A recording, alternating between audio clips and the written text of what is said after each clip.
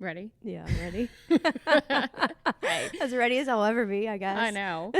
All right. Welcome to the Ask Amberleigh Show podcast. This episode is brought to you by Manicure Magazine, which is my new, semi-new, health and lifestyle publication.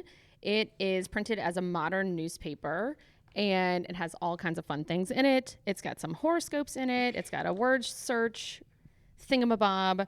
But it's all health and lifestyle publication articles in there. So it's $14.99 every 90 days. So every 3 months, every quarter, you get charged $14.99, and an issue pops up at your door within your mailbox. So Lots of really good information. lots of good information. Thank you for that.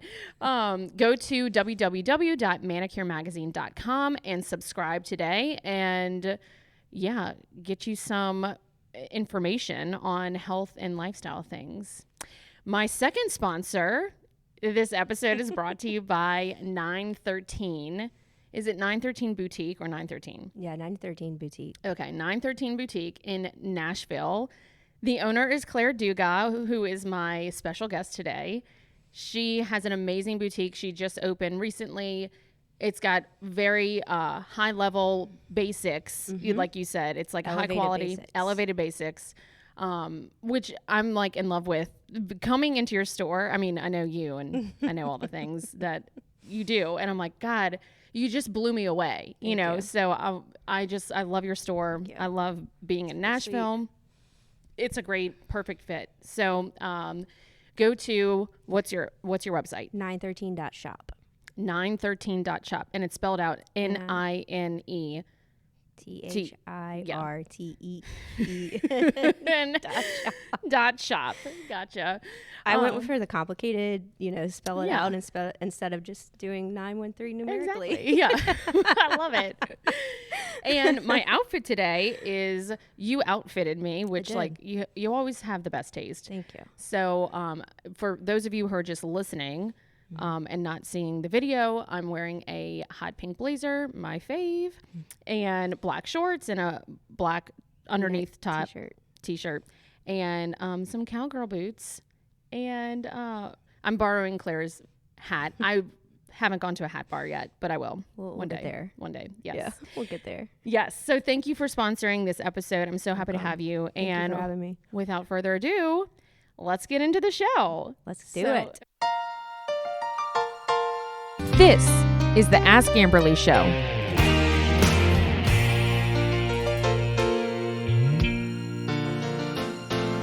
Okay. Claire Dugas. Yeah. Where do we even begin? Because it's been a long time coming. It has been a long time. I know. I'm like, how do I even introduce you? Because we met, what was it, 8 or 9 years ago? Mm-hmm. I think so. And in Baton Rouge, Louisiana. And we've been connected ever since, and work together and play together. Work hard, play hard. And go to Europe together and all the fun things.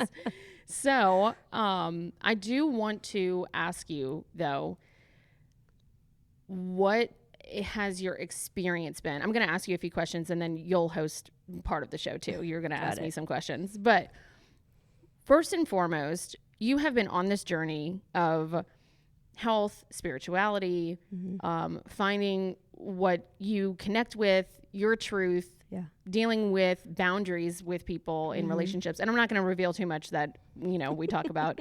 I'm not going to air out all your dirty laundry. Thanks for that. Yeah, because we all have it. So, but it's a path, and you're working at it every day. And I would say you're very conscious about trying to figure out what it is that's going to make you happiest, or, all those things that so many of us struggle with. And it might just be subliminally for most of us. And we don't talk about it unless we're having, a therapy session or something. But it's so common, because I have so many clients who are dealing with very similar things, trying to figure out, what really makes you happy, what makes you feel connected. Do I still want to be in these relationships anymore? How does this work, especially if they're family members? Like, what do we do, going forward? And it's a very common thread I've seen. and you're just the embodiment of it. And you've done so well with, navigating it. With your help. Yeah. Well, we'll get there. No, but yeah, it's a journey, and we all need help. We all need to help each other out through it. So with that little introduction, I do want to ask you, from your perspective, what has your journey been like, and how do you feel about actually arriving to a destination right now that you've been working at for the last 8 years since I met you? Yeah. Or I guess your whole life, really, but yeah. Yeah, I mean, I think it's been a combination of like figuring out like why my health I had health issues, and then along with my actual happiness, and kind of like putting it together and figuring out, okay, maybe this is coming up because I need to change my path, or I need to do something different, or something like that. And so I think going from, and also being a big thing for me, I feel like, was just being fulfilled in what I was doing. I have done a few different things career wise, but just being fulfilled, and I always felt like I was doing a good job and working really hard, but there was always like that little something missing, that like I felt like deep in my gut, that I was like, ugh, like I feel like there's something more that I need. Yeah. And then things start, I would get sick with this, or like be like, oh well, this is happening, and you'd be like, well, right. Have you ever thought of it this way? And I'm like, no. And so just like trying to figure out, I feel like that's kind of been my journey of like trying to figure out what really fulfills me personally, and then also like spiritually, and but also professionally, because I feel like it all is kind of connected in a way. Definitely. Yeah. As we have found out, it is all connected. Yes. No, it is so true. It is a journey of it's like you go and you make a decision, and then you see it get reflected out into your reality. And then when you don't like what you see or experience, it makes you question, okay, where am I going wrong? Or what do I need to look at deeper? Exactly. To make that change of creating a reality I do want to see and experience. Yeah. So you've been chipping away at that for a long time. Wow. And there's a lot of fear involved. Well, that was my next thing. Okay, you go. You take it away. It's all like very scary, right? To take those like gigantic leaps of faith. And it's just like the unknown is, especially in this recent venture of what I've created here, is I can't, it's an unexplainable fear, that I have felt, but also a huge sense of relief, if that makes sense. Like it's kind of like this weird living in fear, but also like, okay, wait, this feels good. Like this feels right in the moment. Yeah. Your fear doesn't go away. It transforms into a different feeling, because I know that feeling even with the magazine Manicure. It's something that I've wanted to do for so long. Yeah. And not doing it, there's safety in not doing it, because you're like, okay, well, I'm fine. Right. But then there's a pit in your stomach. There's this undercurrent constantly, the monkey on your back as you're going through your day, of not fulfilling your potential, or stepping into something that makes you happy. And this could go for relationships too, or anything that you're stuck in, or you feel like you're repeating something and you don't quite want to take that leap yet because you're fearful. Right. But then once you take the step, there's a whole new set of fears. Yeah. Yeah. You're like, okay, this is why I waited so long. Yeah, exactly. I remember, talking to you about, obviously I've talked about this for a long time, and it's come up a lot in, our sessions and stuff. But I remember one of the things you told me, you were like, Claire, just do it. just like whatever it looks like. And, you know, of course, me being me, and I'm like, you know, like I wanted it to be so perfect. And like the vision that I had, and you were like, just put it in the world, you know, and just see, you know. And you're right, it continually built. It wasn't exactly what I pictured, you know, when I was sitting there like writing it all out, but at the same time, like I just did it because I think I would have continually have put it off. Yeah. Because the fear would have just like built up to where it's like, you know, then I would have been like, well, I'll just go back to the safety net. I know it's easy to do because, like I said, even in relationships, it's that comfortable pair of slippers that you know are worn out and you gotta get new ones. Yeah. But yet they're broken in, and there's some comfort in that. Yeah. Yeah. So, what was it that made you? Because we were on this journey together for years. Yeah. What was it from your perspective? Oh, awesome! There's a tropical storm outside right now. By the way, it just started pouring. Side note. Yeah. But what was Welcome to Nashville. Yeah, really. I didn't realize it rained so much here. Yeah. Well, Mother Nature, we experienced an earthquake on Friday night too. Yeah. So. Leave it to me, the alien, and just riding on in, and then boom, an earthquake happens. Poor people. I'm sorry. I apologize to Tennessee. No, I'm kidding. But yeah, it was kind of ironic. It was funny. It was funny. So, okay. So what was it that you feel like you felt that you were like, okay, now I'm going to do it. I'm going to, what were those, or I guess, can you pinpoint those steps leading up to the main decision of, I got to do this? Yeah. I mean, I think for me, well, you know, we went to Europe, yes, in summer of 23, and, I felt like I'd finally like, that trip was so relaxing, and it was like kind of like a freedom of just like I kind of took a deep breath for the first time in a long time. Oh wow. I feel like that's so interesting. I didn't know that. Yeah. And it like, you know, I decided to move to Nashville on a whim, which was a pretty big step in itself. Did you decide that before you left for Europe or after you got back from Europe for Nashville? Or did you already move? Oh, I had already moved. You were already living in Nashville. I moved to Nashville in 2021. Okay. Yeah. So what was it leading up to the 2021 move? You know, I couldn't find joy and happiness. Like, of course, like in my day-to-day life, like I have an unbelievable family that supports me constantly. I have unbelievable friends in Louisiana and, you know, a lot of other places. Right. And so like that day-to-day happiness was, you know, fine. Yeah. You know, but I feel like there was something missing, and I couldn't figure it out. And I felt like I was so unhappy in my career. And I couldn't figure out why, because I liked what I did. Yeah. You know, I liked what I was doing and what I was trying to do and learning. And, you know, I had just kind of swapped.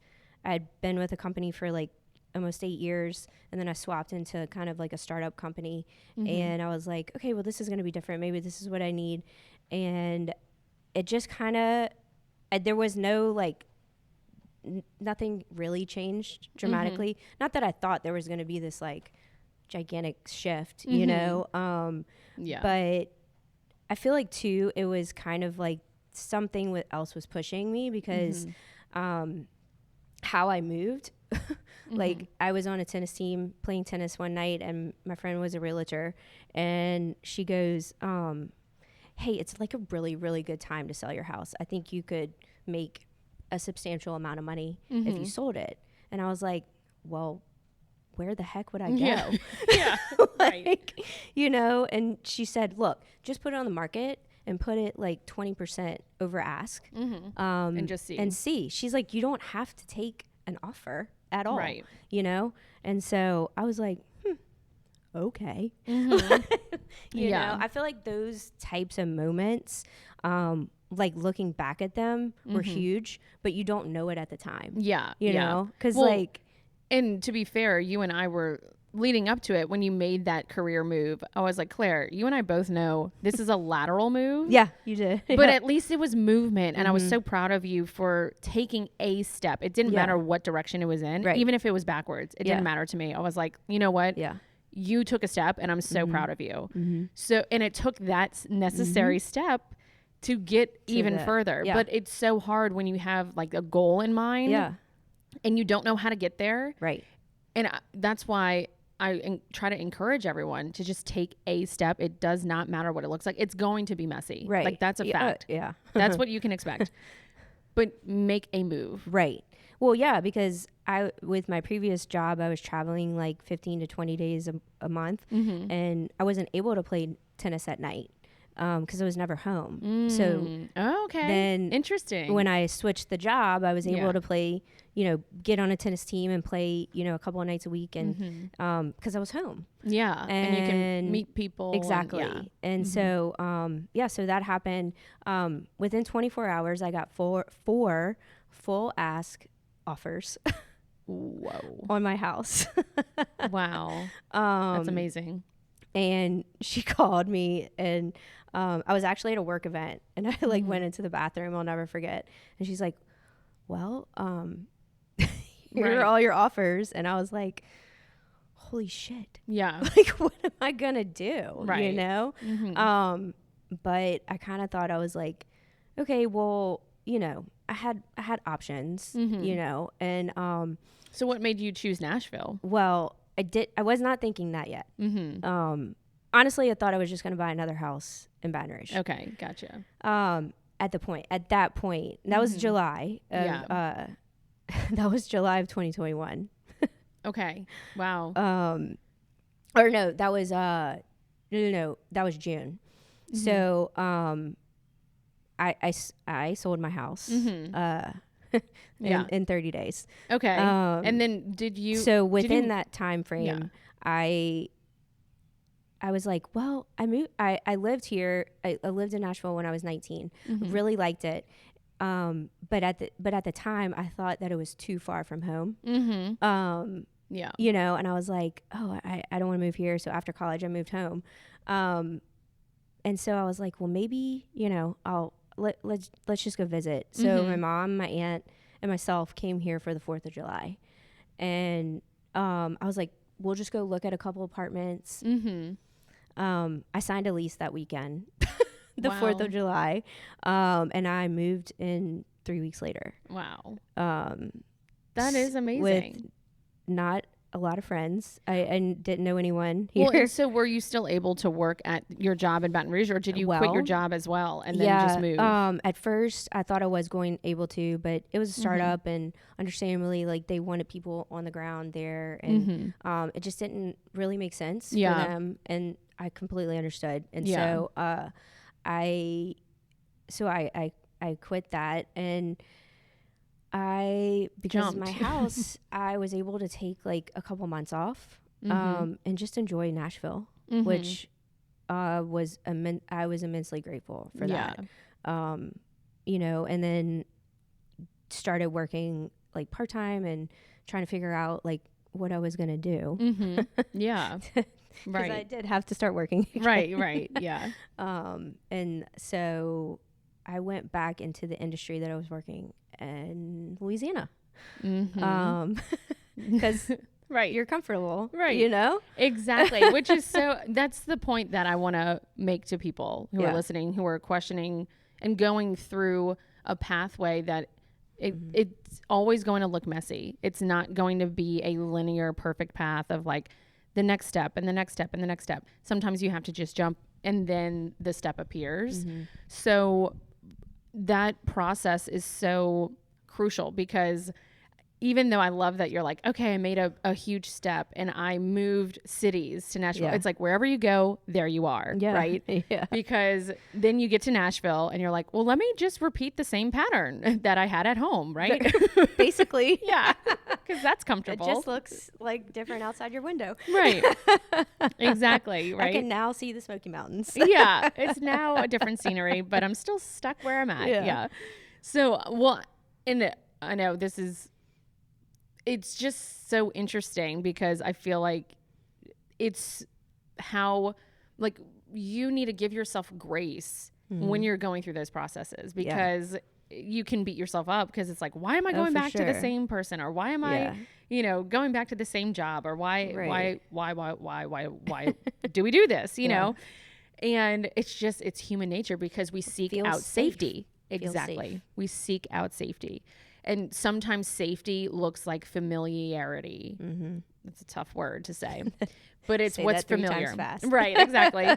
But it's what's familiar. Yeah. And that is why we tend to stay in situations. And so when you went back into that pattern and you were aware of it, but I mean, I called it out to you. You did. Very loudly. I was like, Claire, what did we talk about? But I love that you were like, you know what? I just got to do it because it's what is familiar right now. And that's okay. Well, I mean, and too, like, for me, it was I feel like somewhat of a confidence thing, like, because it's hard to, make all these huge, gigantic life decisions. Yeah. And then be confident in making this like gigantic career change all at the same time. For me, it was a little much. Yeah. I get, I think that was probably part of it. Yeah. Of just gaining my confidence and being in my new surrounding of where I was. But also like trying to make friends. And I'll never forget like the first weekend I lived here. Because in Louisiana, I always had I always had a friend to call and be like, you want to go grab a glass of wine? Right. Or like I'll walk down the street to my friend Sarah's house and, hang out on the back porch, whatever. I didn't have that here yet. And just like sitting in my awesome brand new apartment, and I was like, what the hell am I going to do tonight? It's Friday. I love that. I was like, that's so funny. I was like, who am I going to call? Like, I didn't know. Yeah. So I just, being the great Cajun that I am, I went down to the bar. Oh my God. I love it. It's so funny. You and I are so different because I'm like, yes, I know no one here. I can rest. Yeah. I'm like, I can just be with myself. But yeah, no, you inspire me in a lot of ways because you are a social butterfly, and I am just not that at all, obviously. And part of that is like, okay, well, now I'm living under a rock and I don't even know what like it to know it is. Okay. So I just learned what that is today, everyone. Okay. So give me a moment. Welcome to the modern century, right? So yeah, Claire had to actually spell it out for me and explain what that is. I also learned honestly, I thought that because you said it so much, I thought that you knew what you were saying. No, but you didn't. Well, I've seen influencers say it before, and I was like, oh, okay. And I thought it was just, you hit the like button and something goes into your inbox or something, which probably was how it was back in the day. Yeah. But yeah, I didn't know there was an app and all that stuff. Yeah. So this is not sponsored by Like It to Know It, although I might start. Yeah. Who knows? Yeah. So anyway, yeah, I value that you do go out and you make an effort with people and you want to connect with people, and you really do lean into your community. And I think that's so important, especially when you're starting up a business that is a physical, tangible business, more than just influencing. You have a bricks and mortar boutique. Yeah. I have a physical newspaper magazine right now. And you need your community, and you want to collaborate with people, and you realize the importance of that. And we've been so socially disconnected, ironically, from social media, which is like the word itself, social media. is so ironic because in a lot of ways it does connect you, but it also disconnects you Exactly. in very primal ways where you need your tribe, you need your community, you need the people who you can lean on and really take you through the next steps. So you went down to the bar and you in Nashville and did you just, were you like, hi, I'm Claire, like it to know it? No. Were you like, hi, I'm Claire? Well, I ordered a glass of wine. Okay. As I would normally do. Right. You know, I mean, I don't, probably didn't happen that first night, you know, but there would be, you know, random times where I would, you know, I remember like I wanted to go watch the Saints play on Sunday and I couldn't get it on my TV at home, so I was like, I'm just gonna go to the corner pub, and I met one of my best friends there, you know, and then we ended up having mutual friends in a different state, and then, you know, she introduced me to this person and that person, and then, like, we all, you know, and then I ended up not staying in that apartment for very long, a year, and then I moved into a different neighborhood and found some neighborhood friends, and it kind of like expanded from there, and yeah, and now it's crazy, like I feel like I have a wonderful group of friends here, but also different groups too. Which is like wild, you know. But also I guess you're not surprised. I'm like, gosh, you know, but I guess, you know, in some ways I can get comfortable being at home. I can get comfortable, which is why I like to travel so much, because it does expand you and it forces you to get out and meet people and do things. And traveling for me, it makes me very present, because if I'm unaware of my surroundings, it's not familiar and I don't know where I'm going or what I'm doing. It forces you to get very present and figure out like, where am I going? What am I doing? Who am I seeing? All those things. So that it does force you to get out and meet people. But at home you can get so comfortable and keep hanging out with the same people and all those things. So for you, when you started meeting new people in Nashville, what was the moment that you were like, okay, I can do this. I can open a boutique, which has been your like lifelong dream. When I first met you, this was like 8 years ago when we had a first session. I was like, well, if you could do anything in the world, like what would you do? I told you anything? At first, I don't know. Yeah, you said, I don't know. I said, you do know. You do know. You know. I was like, just say it. Yeah. And you did. Yeah, I did. You said, I would love to own a boutique. Yeah. I don't know.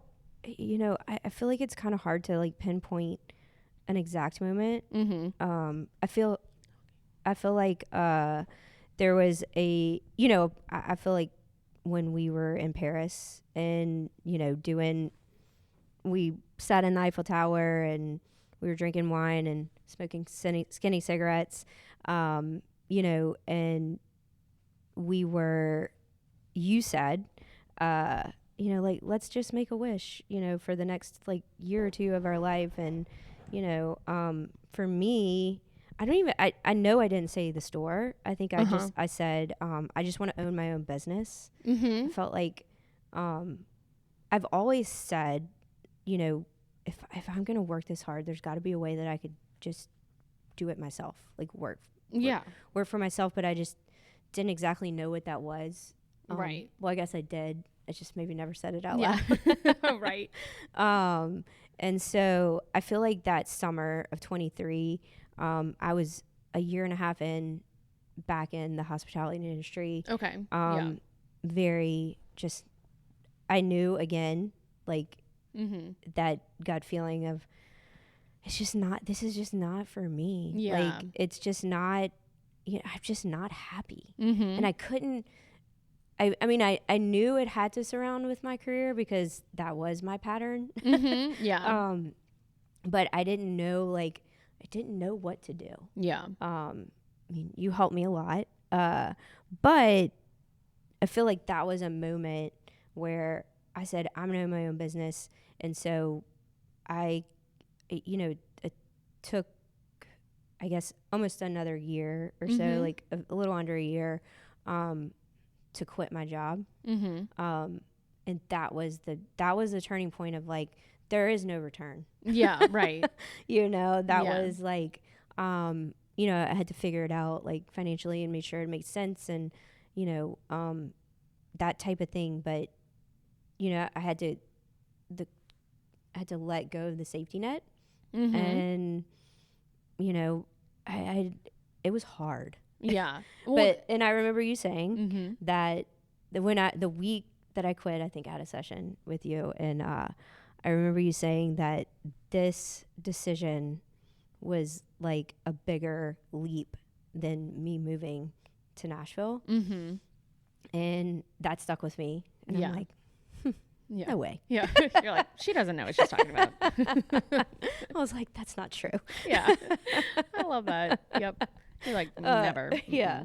But it was, it took me a minute to, figure that out as well. But that I feel like that was a turning point of, okay, I'm going to do this for real. I'm going to open the LLC. I'm going to,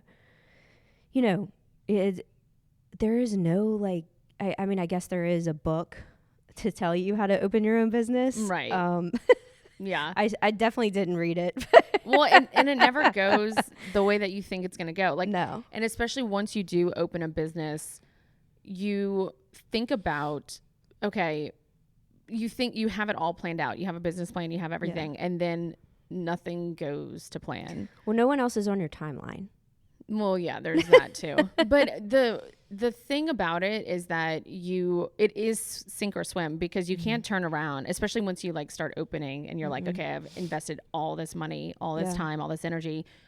You what are you going to do? You have to keep going. You have to keep paddling, or else you're just going to keep taking on water. And I don't know about you, but for me, I also got a lot of criticism about, what are you doing? Especially, oh my God. Okay. Can we just vent for a second? Yeah. Isn't that why we're here? Yeah. Right. This is a bitch fest. No. No, it really was. Let me take a sip of my champagne and then we can vent. Yeah. As you sip your rosé. No, for me, because I have a little bit more of an old school business when it comes to a printed publication, in a world of, you're surrounded by just, online media and all this stuff. And everyone is saying, why won't you just have a blog? Just do that. Right. Just go on the computer, make it easy. Just do a Substack, just do this, whatever. And I'm like, I want to go back to the old school, paper in your hands. I appreciate that. And I don't have, no offense to anyone else who has a publication right now, I don't have a publication out there where I'm like, that I want to read that. It's consuming actual information. I can't find that, or I haven't found that. I'm sure there are publications out there that have that, but I haven't found one that's just fun and lighthearted, but also informative and connected to, and not that I'm tuning my own horn, but I'm saying was, thank you. But that was my inspiration of I wish I had that. Yeah. So why not me create it? Why not me? Why shouldn't I do that? Right. And turns out I shouldn't have done it. That's not true. No, it's a lot harder than you expect. And I don't know what I'm doing. I don't have a degree in journalism or anything, but I'm like, you know what? I'm going to figure it out. Well, I don't have a degree in fashion. Well, there you go. But it's you do consider that, because you're like, well, in a world that also tells you have to go to college, you have to get this degree, you have to do that, you have to keep on this path. And so it programs you really in your brain thinking, well, I'm not qualified for XYZ, or I can't do that. And, so many people tell me, well, you shouldn't be running a business. You should just be podcasting, or you should just be doing this. And I'm like, well, okay. But also I want to do that. I'm entitled to that right now. And thank God we're in a country that's allowing, women to do that. 100%. So I'm like, you know what? I need to do this. Because there was a time, if you watch the movie Little Women, I know it's so crazy, but it's she had to go under an alias, or, she couldn't get published as a woman. So I'm like, I need to really appreciate this and have gratitude. And we'll get into that, because I know that's something you've had to do, because you can start to resent it or hate it. The thing that you create, you can start to actually hate it, because there's so much stress. For sure. Can I toot your horn a little bit? Yeah, go ahead. Hey. Yeah. Well, I just remember, obviously we talked a lot about you starting the magazine, and you know, told me, I remember telling you, you are one of the smartest people I've ever met. And seriously. That's so nice. No, seriously. But you are so smart that sometimes when you tell me things, I'm like, okay, well, can you like dumb it down? Just like, can you come down here? Yeah. You know? And so I said, when you were talking about, you know, starting the magazine, I said, well, you have all this wealth of information. How do you figure out, how do you get it to your to the masses? Because there's probably only so many one-on-one clients you can take at a time before you overload yourself. And I think this is a perfect outlet for you to get it to the people that really need it, and it could really help them. Thank you. You know, on their health and wellness journey, but also their spiritual journey, also their professional journey. I mean, you cover all the bases, right? So it's like, it's an all-in-one package. Yeah. You know? Thank you. Luckily, you do take me on as a client. Thank the Lord. I've kept you around. Yeah, no. Kept me around too. You tried to fire me once, but I didn't let you. Yeah. That's so funny. I immediately called her. I was like, I can't start over. Yeah. You're like, I have no one else I can talk to. No, I'm kidding. Yeah. No, you're like, you know, everything, every little thing. I'm like, yeah. Fine, Claire. Anyway. No, yeah. So funny.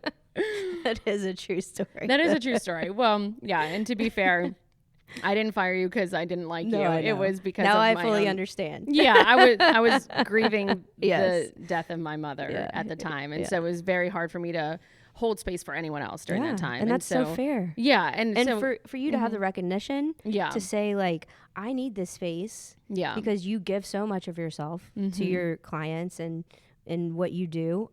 So for you to have that recognition and take the time that you needed, right? You know, to figure that out, is endearing. Thank you. Yeah, you know, and even though I have sessions and I help people with life decisions and stuff, I'm still human. I still, you know, I still need to work on myself, and I try to walk the walk as much as possible along with my clients and along with, you know, anyone, because at the end of the day, I'm like, the human condition is so fragile in some ways and so resilient in other ways. And so I'm like, you know what? I'm just going to try my best to help you with things, and we'll see where it goes. And, you know, and I also, in return, I learn a lot from my clients too. I was just about to say that. I'm sure you do. Like, I mean, I'm sure it's sometimes self-reflecting. Oh, for sure. Yeah. No, but it's been a journey for sure. But thank you for saying that. That's so sweet. And it is, you can have your blind spots when you're in it, in the trenches every single day, you know, and now that you have the boutique, like when you said, oh, I'm opening a boutique and I've seen it online and all these things, I'm like, it's so great. It's so great. But then walking in, it's like, it almost gets me emotional because I'm like, I've just been with you on this whole journey, and people don't see the behind the scenes of, like, you know, I cry on the floor of my shower monthly. Definitely monthly conversation. And I'm just like, God, what am I doing? No one cares. Like, why am I doing this? You know, like, everyone was right. I shouldn't own a business. I shouldn't create a publication in a world that worships media online right now. And I'm like, what am I doing? You know, but you follow your heart, and you're like, nope, I'm going to keep going. I'm going to keep going. I'm going to keep going. And you're a testament to that too. Thank you. And in a world also that is the TikTok shops and the online thing and the, you know, and you have a bricks and mortar, and that's a lot. A lot of people, a lot of conversations were had about, you know, just stay online and build your online presence and all that stuff. And I feel like the person that I am, that will walk down to the bar by themselves to make a friend, like I didn't want to just be by myself running it out of my house or a warehouse. Like, I needed that human connection. Like, I want to keep champagne in the back for the lady that walks in and just wants to spend like an hour with me, you know, to enjoy, just enjoy, or maybe just like she just needs a minute to decompress and like not necessarily even buy anything, but like she will most likely come back and buy something if she didn't buy something that day, right, you know? Right. You know, or, you know, it's funny to think about you know, I had a lady come in, and she was a flight attendant, and she had like just the day to kill. And she came in and she stayed 3 hours. Oh my gosh.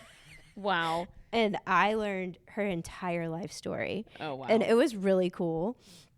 But that's why I did it. Like for those type, like, you know, now, you know, probably, hopefully I'll get a little busier to where I didn't have 3 hours to kill. Well, there's that. Yes. Yeah. But that's those were the types of things that I wanted to create, walking in here, because at my core, what I did in my previous jobs and career, was building communities and, you know, building brands. That was like my background.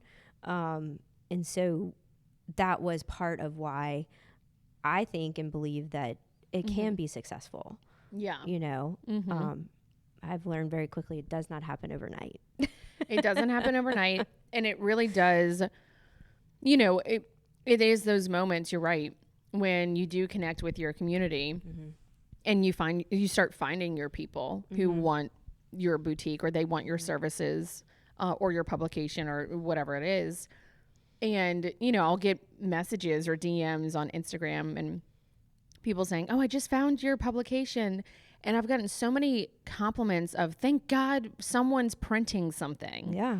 And you just Like realize, a tangible something. Yeah. And you just realize, like, you know, no matter what anyone tells you about, like, printing is dead, you know, don't do this, don't do that, whatever. You don't know what people might be craving or wanting. Just because it doesn't exist right now doesn't mean that someone out there doesn't want your service or your creation or your idea.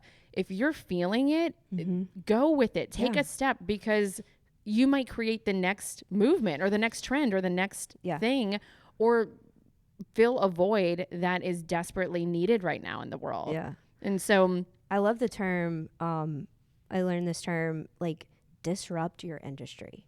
Like, someone told me that once, you know, like, disrupt it. Like, you don't have to, like, of course you can learn from like what people have done and what makes people successful and like things like that. But you can also be a disruptor. Yeah. And it's probably way scarier to be the disruptor. Yeah. But you're creating something that no one has ever seen. So it's going to take them a minute. Yeah. Like, think about, like, being in Nashville, like, if someone, like, the new song that you hear for the first time, and you're like, you don't know the words, but you're like, okay, I mean, this is good. Yeah. And then, like, a week later, you find yourself like, I want to hear that song again, like, you know, and then like a week after that, you know all the words. Yeah. You know, it's like that type of, like, you're so right. Yeah, it does. It builds upon itself, because you get exposed to something once and you're like, oh, I can take it, or I like it, whatever. You're right. It does. It's the same thing with even coming into a new boutique and looking at the clothes and getting a sense of, like, what your style is and what you offer. And then, you know, maybe not buying anything that day, but then coming back or keeping it in mind for, like, oh, I have this event, or she had this brand, or, you know, and it does build. Yeah. It just takes time. Which is why it does no that. one does it. No, it's smart people do it. I'm just kidding. No, it's like, you have to be crazy. Yeah, for real. It really is, because you can overthink it. You can overthink it to death. And I am the, like, queen of overthinking. Yeah. It's like, no, I'm not doing it. If I didn't have a support system, you know, there were definitely people throwing rocks and being like, don't do it. Yeah. Like, this is crazy. You are nuts. Like, it's going to fail. Even today, there are people close to me who are like, it will fail. I'm like, I don't care. I would rather try and fail than always have a pit in my stomach. Yeah. Not being true to my heart. Right. And that is more of a deficit to me than losing money on a business venture. Right. For me. That is one thing you have taught me. It was a huge thing to kind of still learning to deal with, is accepting that failure is okay. You know, even it's hard. You don't want to think about that. Yeah. But even you said like just even thinking about it sometimes will like get it out of your field and you know, and then you can like think of the things that will like keep your business running. Yes, accepting it. So yes, that's a good point. That we have these fears, and a lot of the time, because human beings are wired for safety, we always try to find the safe space, and most of the time that's what's comfortable or what's familiar. And so when you're trying to create something new, it is very scary, and you have to go into the fear mentally. So you're going to have this fear. You're going to have like worst case scenario, like plot it out in your brain. Go into the worst case scenario. Freaking scary. It's scary, but it's just your brain. It's just an idea. It's just an option on the platter. So if it's not real yet, go into it, even with detail, accepting worst case scenario and just feeling what that feels like, and taking a deep breath and saying, okay, worst case scenario, I'm still alive. I'm accepting it. It's part of me now. Yeah. And I trust myself to navigate it, whatever that throws at me. Yeah. Yeah. And it does. It energetically opens up the doorways for you to move forward. Had to do that about a month and a half ago. Really? Yes. After one of our sessions. Yeah. Yeah. It is. It's something that really works, even, and not just with business, but just in other scenarios too. You can have these worst case scenario thoughts, even with your health. Yeah. And you can go crazy because you're resisting it, avoiding it, don't want to look at it, don't want to feel it. Right. And then mentally, if you're like, well, let me just turn on the lights and look at it, you know, it's just shadows on the wall. When you realize it, it's just the monsters in the room are the shadows on the wall. Turn on the light and realize there's no monster in the room. Yeah. So when you can accept it and say, okay, that's my biggest fear. That's my worst case scenario. And I fully accept it and embrace it. And I love myself, and I will push forward, and I will persevere. That can open up so many avenues in the next moments, because the energy has moved. You're not resisting it, because when you resist it, you lock yourself into a loop with it. Yeah. Yeah. I had gotten to a place where, you know, of course it was wonderful and opening and everything, but it felt so heavy. And that's what, you know, that I had to do. You know, accept it, and then give gratitude for what you do have right now, you know? Yes. Which is very hard when you're struggling and looking at the sales that day, or like, okay, no sales are coming in, or why am I doing it? Makes you question everything. Or you have all these other things that you don't expect that pop up along the way. You're like, wait, I need what software system? I need this computer. I need this. I need to hire this person. It's like, it's so much that you don't expect. And then literally, it can bring you in such a dark place. And then I love what you said the other night. You were like, you know what? And then once I got to that space, I was just like, I'm just going to give gratitude for it. And it does. It really transmutes it. Not only transforms it, it transmutes it. It just changes into a different frequency altogether. For sure. And it has changed. Like, it's so crazy. I don't want to but I mean, I've gotten busier. Yeah. In the past 3.5 weeks, you know, which is, you know. After gratitude? Yeah. Well, see, there's something to it. Yeah. You know. Or maybe my marketing is working. Well, that too. Yeah. I know. But it's all connected though, right? Because it's like when you get in a certain mindset, I know even for me, if I am in a certain mindset and I'm really low on myself, and then I post something on social media and I'm like, oh, it perpetuates a whole thing. But if I'm like, you know what? The social media thing is a whole different. Yeah, there's a whole nother. It's a wild, wild west over there. That's also part of the bitch fest that I have going on. But it is, you know, you really start thinking about it and putting out more positivity, like love and gratitude. The combination of love and gratitude is one of the highest frequencies. So that really holding that in your body can emanate out and pulse out and infiltrate into your marketing. People can sense things. For sure. I think so, for sure. I mean, you know, I think for me, I had to get to that point because, you know, like you said, nothing really went to plan for this. There was a lot of wrenches that got thrown my way. Yeah. Still to this day. I mean, I don't have a sign right now. Yeah. You know, and that's a whole. If we had 3 hours, I would tell you. But this isn't Joe Rogan. Of champagne. Yeah. This isn't Joe Rogan. Yeah. We don't have 3 hours. No, I'm kidding. And so just, you know, just kind of having, of course, like figuring it out and working to get to the through it, but also at the same time, like coming in, take it, like in the mornings, I kind of like take a deep breath and I'm like, this is amazing. Yeah. Like I did this with a lot of help, by the way, with, you know, from a lot of different people. Engineered from you. Yeah. Yeah. But this is like my brainchild, and it's really cool. It is. Know?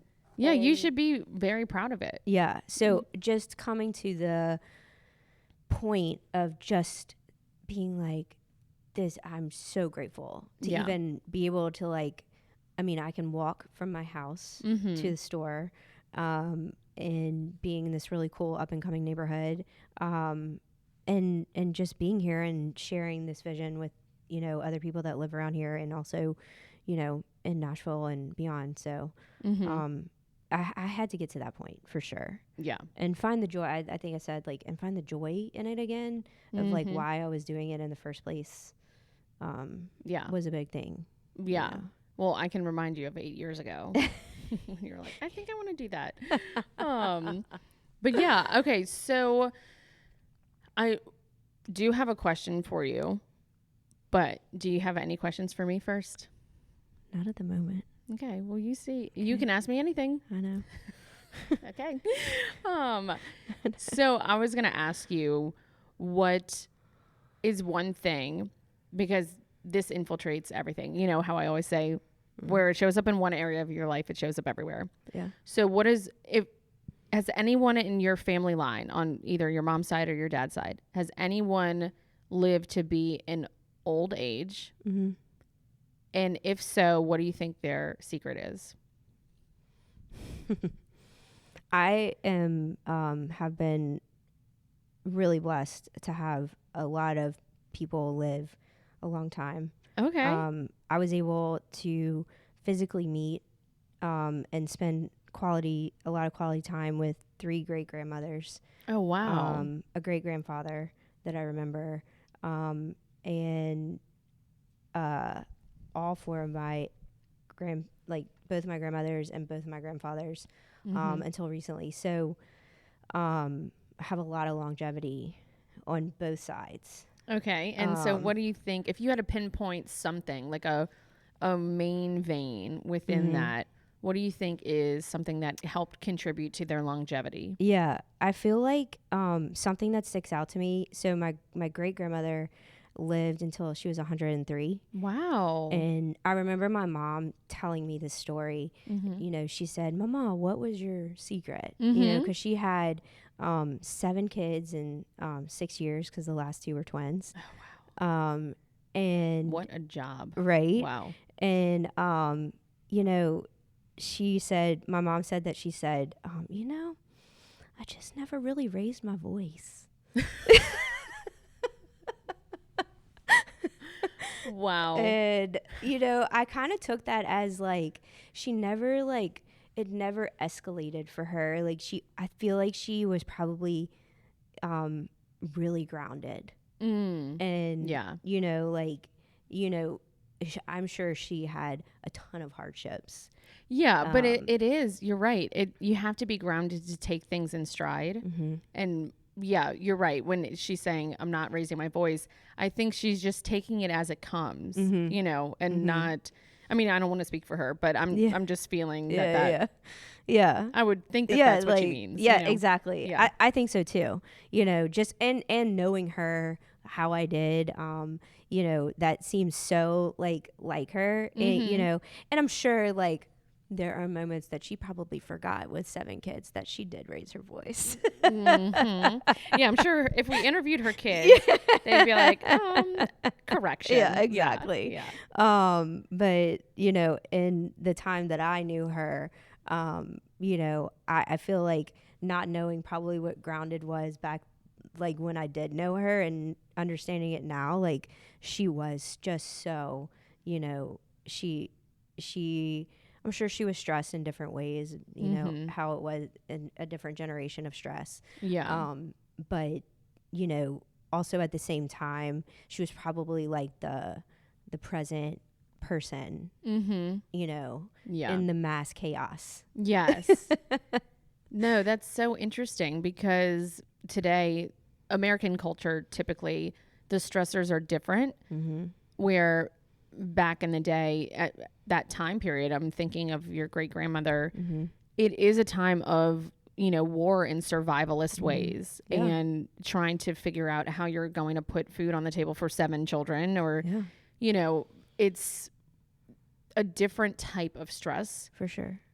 But they weren't wired and overexposed in a media online world. It's a different set of stressors because we have too much stimulation, not enough coming down from our day, not enough boredom, honestly, because boredom breeds creativity. Exactly. So, yeah, it's too much stimuli out there in the world. And then the performance, the issue of like trying to perform for, you know, a camera.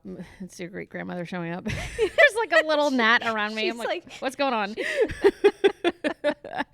She's like, what's going on, girls? She's like, hey. Yeah. Gertie's here. Yeah. I'm like, what is this gnat in my face?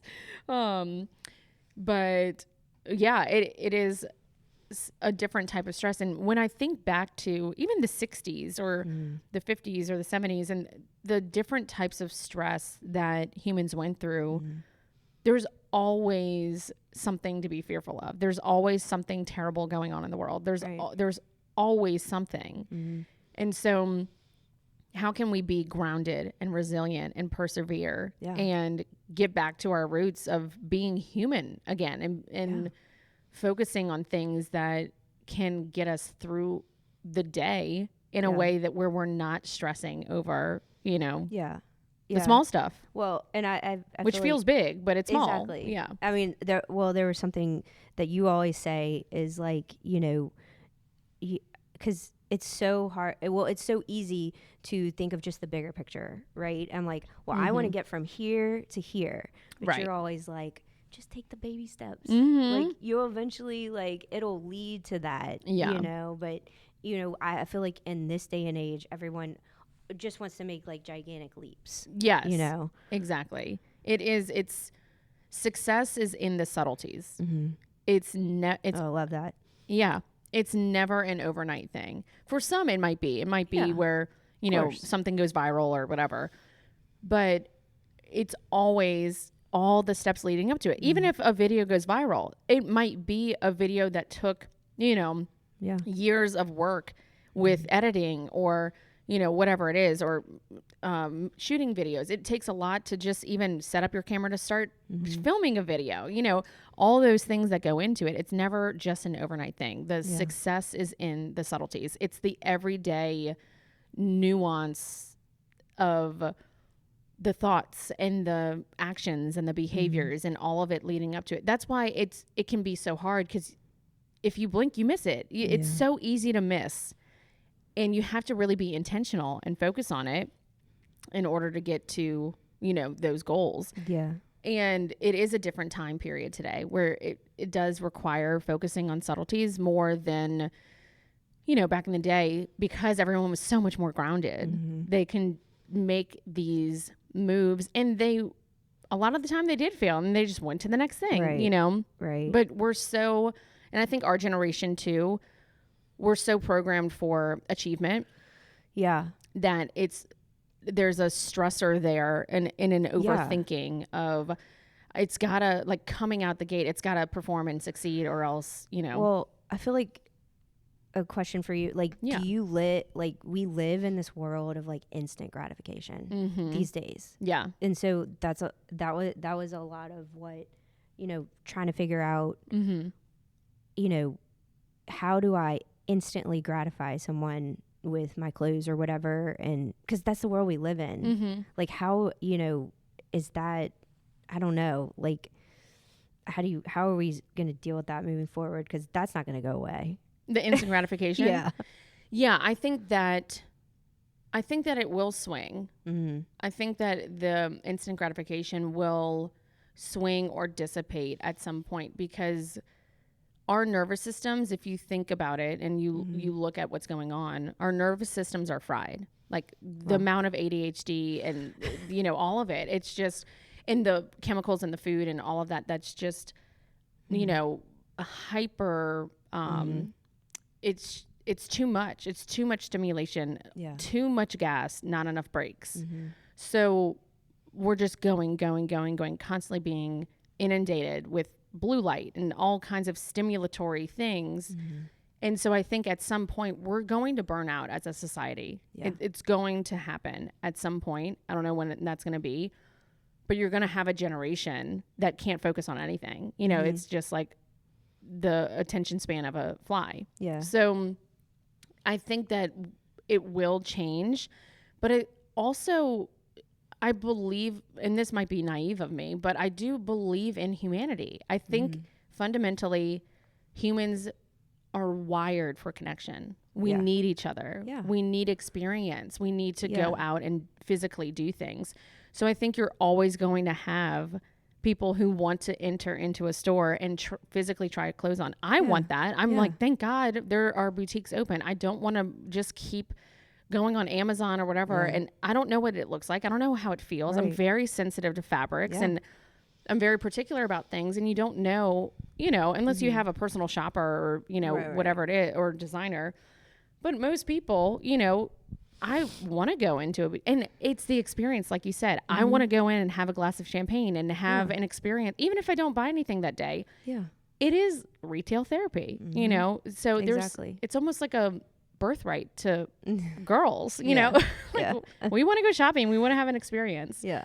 So I know there's so much like over humanity and instant gratification and all those things, but I do believe in humanity and the basic biology of humans. And I think at the end of the day, we need to come down from our day. And I think the masses are really sick of it. I think we're there, but everyone on like social media and the media is just amplifying a small amount of people. And we think that that's the masses, but it's really not. If you think about it, like think about all the people who own farms in the Midwest and, it's just, a lot of people aren't on social media still. And for sure. So you know what?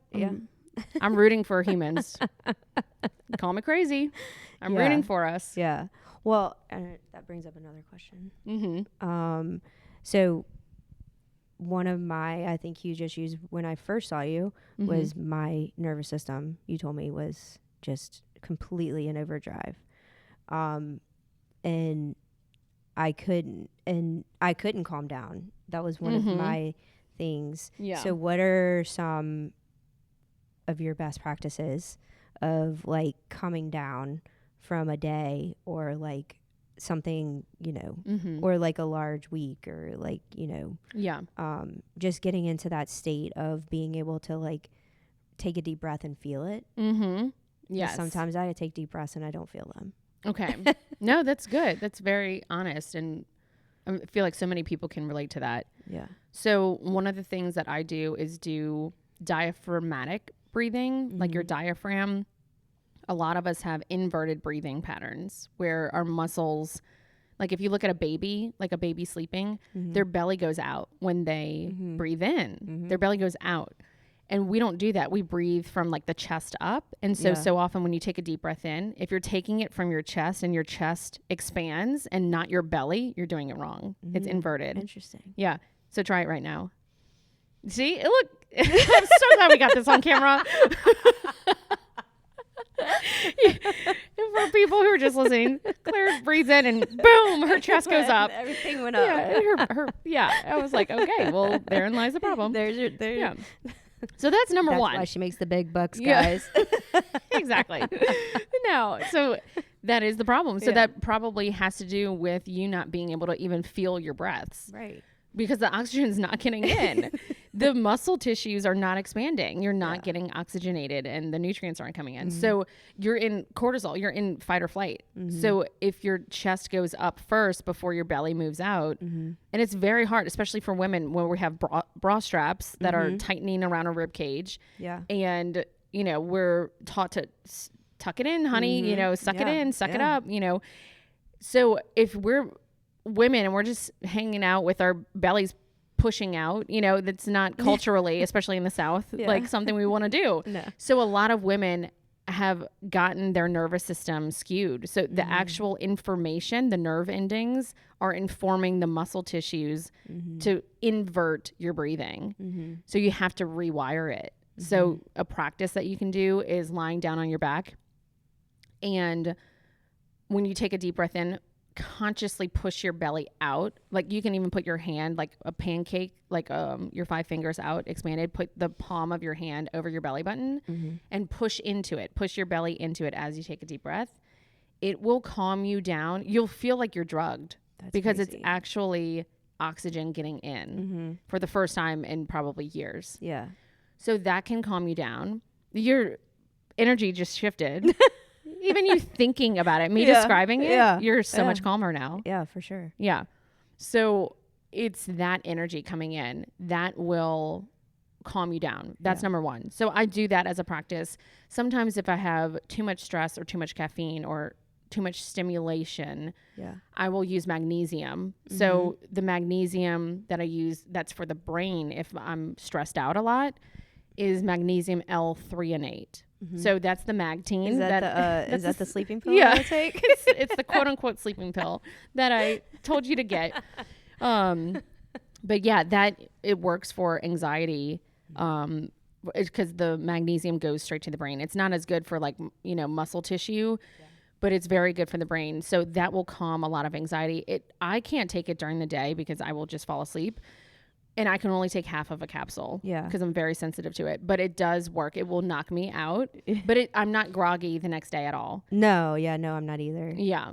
So that works. And then sometimes I will journal. Like I'll write in a, your favorite. I will journal in a notebook. She's being sarcastic. Yeah. Yeah. You hate it a lot.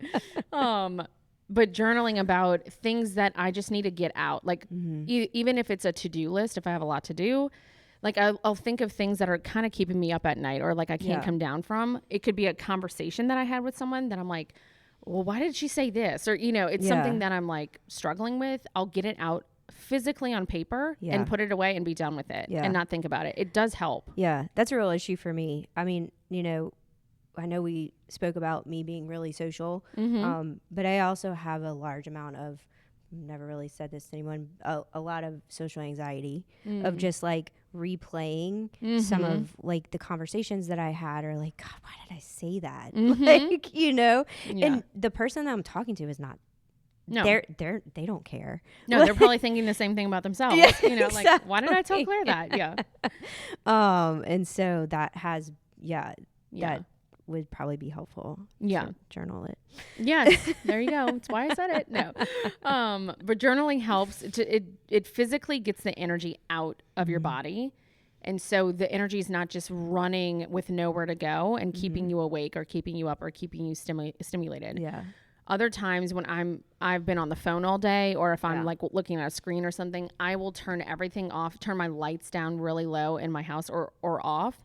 And I'll just sit there in silence. Yeah. And that's scary. Yeah. Because all your thoughts come up. Oh. Everything comes up and you're like, oh. But sometimes Lord. I just need to like stare at a wall. I know. But after I'm past the first 10 minutes or so, it releases. It lets go. Yeah. So those would be a lot of my like top choices. But it depends on the person. So you mean not drinking a bottle of wine at night? You know. Just some kidding. People, I know. Well, you know, what works for some may not work for others.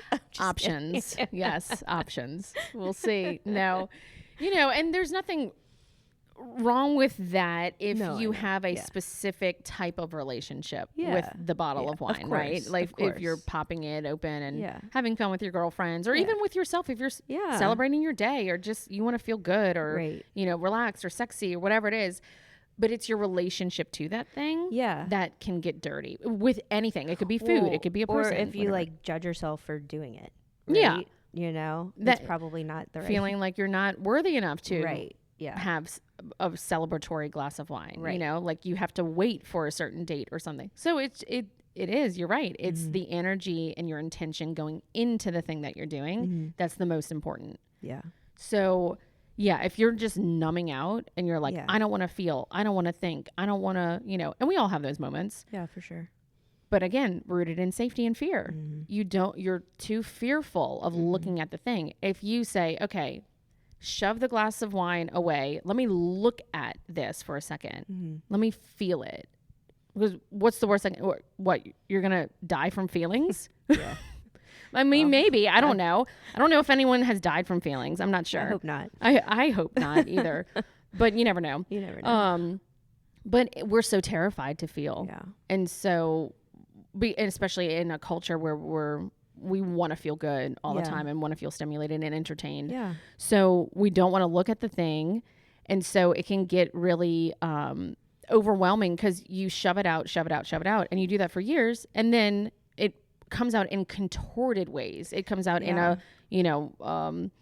infidelity. It comes out in, whatever it is. For a person, I'm speaking for myself as somebody that continually keeps everything in. It is so hard for me, even this situation right here, speaking about how I feel and things like that is really hard. I give all the credit to you for bringing it out of me these past 9 years. Yeah. Because I don't think 9 years ago I would have sat in this chair. No. At all. Yeah. No. You've done the work. You've come far. So, yeah. Yes. Well, thank you. But for someone like that like just it is so balled up, which probably has a lot to do with the nervous system, and it's all probably connected. Yep. Oh, you're like, connected? Question? Yeah. Question? Yes. It is all connected. Yeah. So, do you have an actual question about that? Like a specific, more specific? Yeah, maybe like just feeling, with all that being said, like, does that cause, maybe some of the health issues that I've been experiencing? Like stifling everything? 1000%. Yeah. Yeah. So do you feel like, within your family line, sorry, I'm kind of probing a little bit energetically, but I think you're okay with it. I won't reveal too much. Okay. But do you feel like in your family line, or the way you've been taught, or the way you grew up, or who you were surrounded by, are you feeling like you can't express, or is it just a pattern that like everyone in your family doesn't express? Oh, yeah. Or like a little bit? Yeah. Well, and that's for very everyone, but yeah. That's very common, by the way. I think so. That's like common in families. Yeah.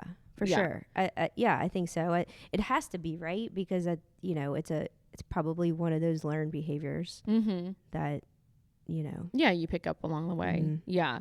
So, yeah, that's very common. So if it's a program, that's a good thing, actually. So that's why I was asking you. I was like, do you think it's a program, or do you think it's something like innately in you that like you have a block? Or it could be both. Yeah. I think maybe a little bit of both. I mean, I feel like over the past few years, I've become a lot better at expressing how I feel. Well, and also too, like, being such a people pleaser and not trying, and trying to do more things for me has helped get me to be more expressive, I think, sometimes. Yeah. I don't know. Yeah, I think a lot of the time when we don't express, it's because we have fear. There's a safety mechinism underlying it. Yeah. So, because it's easier not to talk about it. Right. Because then, but not really, because then it eats you literally inside out, right? So yes, what is it? There's always a reason why you're not going to make that choice because of the result. So there's something you fear in that result. So if you expressed, what do you think the outcome would be? That's the thing you're avoiding, the outcome. The outcome. So is it that you feel like, and you don't have to answer, I'm just exploring for people listening. Do you feel like it's that you're going to be disconnected from your loved ones, or you're not going to be approved by your loved ones, or loved, or you're going to have to deal with dissonance, or because you're a people pleaser, you don't want to feel what they're feeling, right? If they're feeling badly about what you're saying, you don't want to feel that in your own body, so you just stifle it because you're like, well, I don't want to feel their stuff, right? Because that I don't want them feeling badly. I want to people please. Yeah. So what you do is you sacrifice your wants, needs, and desires, and you put their wants, needs, and desires and feelings above your own. That's self-denial. And so you're telling your body, I don't care about you. I care about them more. Oh, wow. So that's what's actually going on. Yeah. So the self-denial is teaching your body, you're not important. I'm not going to keep you safe, because when it comes down to it, I'm going to protect them over you. And so your body picks up on that. Your nervous system now is wired, oh my God, no one has my back. No one's going to protect me, not even me. Yeah. That's terrifying to the nervous system. So, but the stifling, the end result is that, ironically, you're thinking you're becoming more safe. Yeah. But it's not true safety. It's a subtle, like, means to an end. So if you focus on true safety and true love, true self-love, that can help you to express. You're doing it for you, not for them. Right. So however they take it or receive it, that's not your job. That's not your responsibility. Your responsibility is to say how you feel or to express. So, and sometimes that doesn't mean we have to express all the time. It's just that there are some times that you do need to stand up for yourself, or you do need to speak your mind, or you do need to say the truth, because that's also helping them to learn and to grow. Yeah.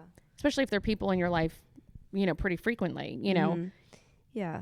Well, and I feel like that's huge for, like, opening a business, because a lot of people have a lot of opinions, and it's absolutely valid to want to give feedback and, tell. I love to hear, like, tell me what you think, like, what you really think. But sometimes it's also hard to, like, navigate, like, there's a lot of opinions. Don't I know it? Oh, yeah. And just like, oh, well, okay, thanks, like, okay, thanks. Yeah. Fuck off. I'll put that one in the back pocket. Yeah. God. Yeah. Just trying to figure out, like, how to stand up for yourself and be like, no, this is mine. This is like, thank you so much for your help, or trying to help in your advice. Right. But I'll take it in and think about it. But at the end of the day, like, this is mine. Yeah, exactly. It's your expression for sure. And I think, some people might mean well, but, and I love Brene Brown when she says, I'm not interested in your feedback or your criticism unless you're in the arena getting slaughtered with me. I mean, I'm paraphrasing, but it's a lot of people in the cheap seats who aren't willing to, step into that. And some people are really doing it lovingly. Like, they think they're being loving, and that's what I wanted to say. Like, I don't think that, like, I love people talking to me about the store, right, and about, like, what I'm doing and what I can do better and all that kind of stuff. That is not what I'm saying. It's just sometimes there's so much of it. There's so much noise in the arena. And it's like, how do you figure out, like, what you need to take in and what you can just, like. Yeah. Well, I think you taking in everyone's opinion and just saying, you know, good to know it's because you do question, you're like, okay, well, maybe I have a blind spot and I can't see, and they're actually saying something valuable, even if I'm offended by it, you know, there is that. So I try to be as neutral as possible, or if it does trigger you, I like to use journaling, but I like to write it down. How many take a drink every time she says journal? I know, really. Start a drinking game. But it is about, you know, writing it down or processing it out on paper to see if it's valid or if it would work for you or not. And there are some times where you might try it out and it might work. It might be great, or it might be horrible, or you might take it and change it. But I think for the most part, like, you'll know internally what's useful information and what's just bullshit, or someone getting their opinion in to, or their dig in, and a lot of it, if not all of it, has to do with their own insecurity. Yeah. You know, or their own fear. You know, if they're like, you need to do it this way or that way, and it can come from they're thinking a loving place, but it's their own fear. At the end of the day, it's your creation. It's what you want, whatever that looks like. It's yours. So take the information that really lights you up and resonates, and you're like, actually, that would be a good idea. Or like, I don't know about that, but I'll try it. Just see. You can verify, you know, use the scientific method, like experiment with it. If it works, great. If not, throw it away. But if something really doesn't resonate and you're like, whoa, just drop it, let it go. I mean, people are just, they're going to say what they want to say, you know, and if they've never owned a boutique in their life or never, you know, sometimes they can have profound information. For sure. Yeah. But for the times that it's like, it's not resonating and they're just trying to get their opinion because they want to feel more important or whatever it is, their own issue, you have to see it for truth, for the truth is. Yeah. It's definitely a fine line. Yeah. I think of like trying to figure it out. Especially like as a new business owner, you know, just navigating all the things. Yeah. Oh, I know. I know you know about that. I know. It's a big navigation game. Yeah. Yeah.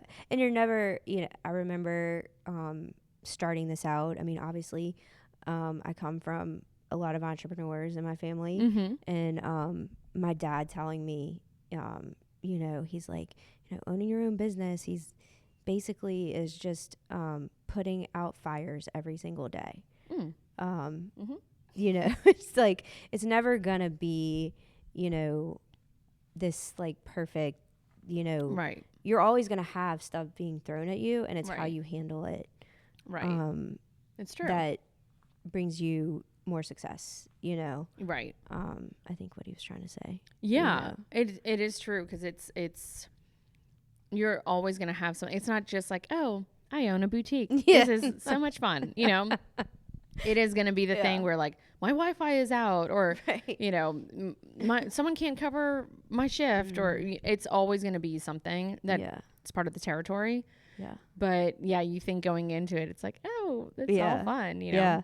I did listen to, I was listening to a podcast, Gwyneth Paltrow was on, and, you know, I think the question somewhat was like, you know, if you could change it, or like something about like her changing her business, or like what she would do differently or something, and or wish that something to the effect, I wish, probably should have listened to this before, but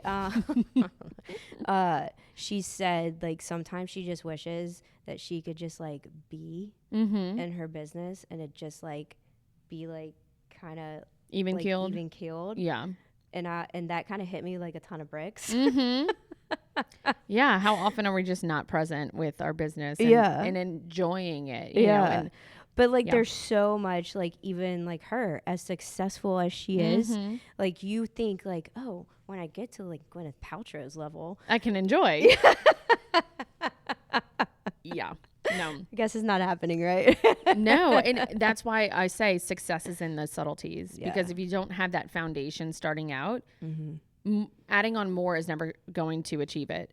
So we always think like, oh, that career shift or getting that car that I want or whatever is gonna, then I'm gonna feel that thing, you know, and those are all empty shells. Unless you're getting that frequency on your own at first, it's going to be a continual pattern like that you're just repeating over and over again until you find it within yourself. And I'm not saying there aren't things that can't stimulate that feeling. Yeah. I'm a big proponent of that. Go to a hotel or a coffee shop or have an experience with someone, go travel or whatever that's going to stimulate you reaching that frequency. Yeah. And practice it over and over again. But that thing that you think is going to be like, okay, well, when I get to the level of Gwyneth Paltrow, I'll be able to enjoy my business. It's like, no, you probably just, not. probably not. Yeah. You have to enjoy even the messy parts right now. Yeah, for sure. Yeah. I think I asked you a few months ago, I was like, I just can't find the joy. And I think that's probably what you were like trying to tell me is like, because I was trying so hard to get to that frequency of just like, I couldn't find, it was, or maybe I was just overstimulated with all the things that we're dealing with opening a real business and all that. I don't know. Well, a lot of it has to do with self-judgment and beratement. And when you're thinking you're doing it wrong or it's not leading up to your expectations, then there's the disappointment that comes in, and it's really hard to find joy when you feel like it's not meeting your expectations or you're not getting something out of it, and you're just on this loop of working or performing according to something else. And the gratitude is a great gateway to joy. Yeah. So being grateful for even the bad stuff. Yeah. And accepting the whole coin. It's not just, oh, I just want the heads side of the coin. I don't want the tails. Right. Then you don't have a coin. Like you have to have both, because we're also in a bipolar system. It's right, wrong, good, bad. It's two poles, male, female, all of those things. It's two poles. Yeah. So when you actually accept the opposite end of the pole, that's when the movement happens with the energy. That's on an energetic scale. That's like a battery. You have a plus sign and a minus sign for a battery to work. It's the good stuff and the bad stuff. It's positive ions, it's negative ions. For that charge to happen, that energy to flow. So you have to accept the bad with the good. Yeah. And that gets that energy moving. So having gratitude for even the bad stuff can totally transform your experience and give you that joy. Yeah. Yeah. So that's it. That's all we have for today. We solved all the world's problems. Yeah. Oh my God. Well, thank you so much for being here. Thank you for having me in Nashville. Yeah. Thank you for having me in your beautiful boutique, which is the setting of our podcast today. Yeah. It's beautiful. I love it. Back. I will. You've treated me right. Okay, good. I know. Yep. And I love the outfit you put me in. You outfitted me today. It's all online. 913.shop. 913.shop. And I do have jewelry by Uncommon James, which Claire outfitted me in too. Yes. So it's amazing. Yep. It is actually one of my favorite jewelry stores, other than the 913 jewelry. Yeah. Right. Exactly. But I do have a lot of Uncommon James. She does a great job. She does. Fabulous. I was like, okay, I never wear jewelry, and I said, I'll fix that. You fixed it. You put all these things on me, and I was like, I don't want any of this. And then when you put it on, I was like, oh my God, I want all of it. Yeah. This is going to be horrible. The more, the better. Yeah, I know. So I even got a signet ring, which they engraved in 5 minutes on site, which is pretty awesome. I will be going there probably. You to get yours. Yep. I know. Like it to know it. Like it to Yep. Like it to know it. Oh my God, I'm going to say, like it to try it, okay? We're going to start experiences. Like it to try it. Yeah. Yeah. I need to figure that out. But that's coming. It's coming. So, yeah, stay tuned. Yeah, since we have nothing else to do. Yeah. So any last minute questions or anything? Where can people find you on social media, your website? How do people buy your clothes? Yeah, so on the website, social media, you'll cut this out because I'm having a block of, I just don't want, I want to get the gotcha, get it right. Okay. So you can find us on Instagram at shop.913. Okay. Spelled out. So opposite of the website. Okay. And it's spelled out not N-I-N-E. Okay. 913. Yeah. And then, the website is www.913.shop. Yep. Okay. Awesome. Yep. So I'm always, if you're local to Nashville, hosting events and doing like little private shops. And this week we did a mahjong party for the first time, which was so much fun. That is fun. I love that you do that kind of stuff. See, community, social butterfly, it pays off. I know. Yeah. Well, I just, I am my mother's child, and I love to throw a party. So, we had a lot of fun, and my goal is to do that kind of stuff like once a month. Okay. So forward. Like, you want to work with like your community, host events, all those things. Yeah. So definitely going to do mahjong again. I have a couple other collabs in the works. Cool. Have a health trainer. She wants to come in and like kind of teach a nutrition class and things like that. Oh, great. So that's coming soon. Yes. So yeah, stuff like that. I have this really cool space in this really cool neighborhood that is somewhat new to the city, that it's just kind of exploding. We actually, I read that we are in the top 10 fastest growing neighborhoods in the country. Oh wow, that's so interesting right now. Come check us out, Wedgwood, Houston, and Nashville.